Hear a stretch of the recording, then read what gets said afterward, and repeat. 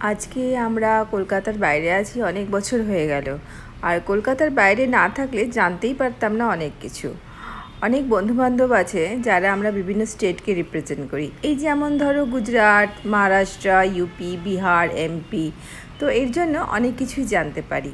বেশিরভাগ বন্ধুরাই ভেজিটেরিয়ান, তো ওদের কাছ থেকে ভেজিটেরিয়ান সম্বন্ধে অনেক কিছু জানতে পারি।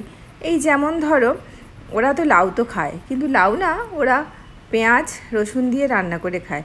আমরা কিন্তু সেটা ভাবতে পারি না। আর মাছের মাথা দিয়ে লাউ ওরা তো ভাবতেই পারে না, স্বপ্নও দেখে না এরম কোনো রান্না যে এই পৃথিবীতেও তার অস্তিত্ব আছে। যখন ওদের সাথে প্রথম গল্প করতাম, তখন যখন বিভিন্ন ধরনের রান্নার গল্প হতো, তখন ওদের কাছ থেকেও বেশ কিছু রান্না আমি শিখতাম বা শিখেছি। ওরাও আমার কাছ থেকে ভেজিটেরিয়ান রান্না শিখতো। কারণ কি, আমাদের কাছ থেকে ননভেজ শেখার কোনো ব্যাপার ছিল না। কারণ কেউ কেউ ছিল পিওর ভেজিটেরিয়ান, যেমন আমার গুজরাটি বন্ধু, ওর কাছ থেকে অনেক ভালো ভালো রান্না শিখেছি, যেমন ধরো ধোকলা, থেপলা, আরও অনেক কিছু।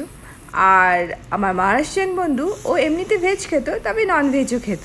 কিন্তু তা বলে লাউ দিয়ে বা ওদের কাছে লউকি দিয়ে মাছের মাথা হবে, এটা ওরা ভাবতেই পারতো না। ওরা অবাক হয়ে শুনতো আমার কাছে যে এরমও একটা রান্না হয়, আর যার অস্তিত্ব এই পৃথিবীতেও আছে। কারণ কি, ওরা মাছ খেলেও ওরা হয়তো মাসে একদিন মাছ খেত, বা মাসে ম্যাক্সিমাম 2-3 দিন। আর মাছের মাথা তো এরমভাবে ওরা খেতই না। ওদের কাছে মাছের মাথাটা মোটামুটি ওরা দোকানে রেখেই আসতো।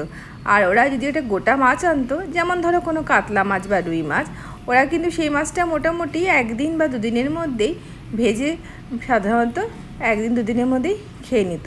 ওদের কাছে রোজ আমাদের মতো মাছের ঝোল দিয়ে ভাত খাওয়ার অভ্যাস একদমই নেই। আর এই অভ্যাসটা ওরা বুঝতেও পারে না বা কী করে হয়। তাই জন্য কলকাতার বাইরে এসে বলতে পারি অনেক কিছু জেনেছি, অনেক কিছু শিখেওছি ওদের কাছ থেকে। ওরাও আমার কাছে অবশ্যই শিখেছে। যেমন আমরা ভেজিটেরিয়ান রান্নাগুলো একদম পেঁয়াজ রসুন ছাড়াই করি, সেটা আমি ওদেরকে শেখাতাম। ওরাও খুব আনন্দ করে বানিয়ে খেত আর বলতো, বাহ, দারুণ শিখিয়েছিস। চলো তাহলে, আজকে তোমাদের কেমন লাগলো এই রান্নাটা জানাতে ভুলো না। সবাই ভালো থেকো, সুস্থ থেকো, আবার আসবো।